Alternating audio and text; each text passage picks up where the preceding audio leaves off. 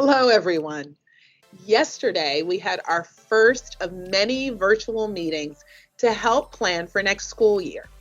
These meetings are important because we need to hear from our entire community the suggestions of what our young people need, what we need to be preparing for with regards to schools, and also from our young people themselves directly, what will make a difference in the transition back to in-person learning and actually using a lot of our investment in virtual technology to really make sure that we have robust learning experiences.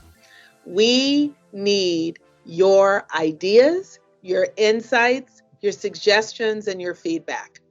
We're calling this initiative, we're calling these conversations our Reconnect, Restore, and Reimagine opportunities that will lead to a plan that welcomes back students for the 2021-22 school year.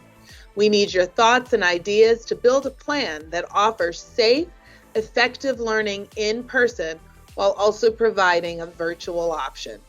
The final plan will be presented to you in early July, and by that time, we'll want even more feedback about how what we've planned reflects feedback that you've given.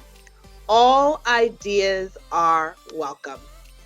We hope you'll reconnect, restore, and reimagine with us. Information about the meetings and this work can be found on our district website.